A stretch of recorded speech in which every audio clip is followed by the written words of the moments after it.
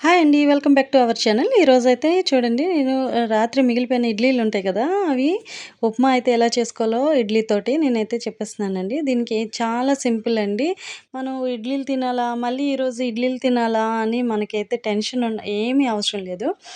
దీనికి కావాల్సిన దినుసులైతే ఇవేనండి.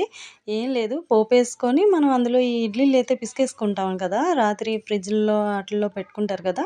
బయట పెట్టినా బానే ఉంటాయి, పాడవ్వండి అంతగాన. ఆ ఇడ్లీని మొత్తం స్మాష్ చేసేసి, మెత్తగా చేసేసి, పొడి పొడిగా చేసేయాలండి రవ్వలాగా.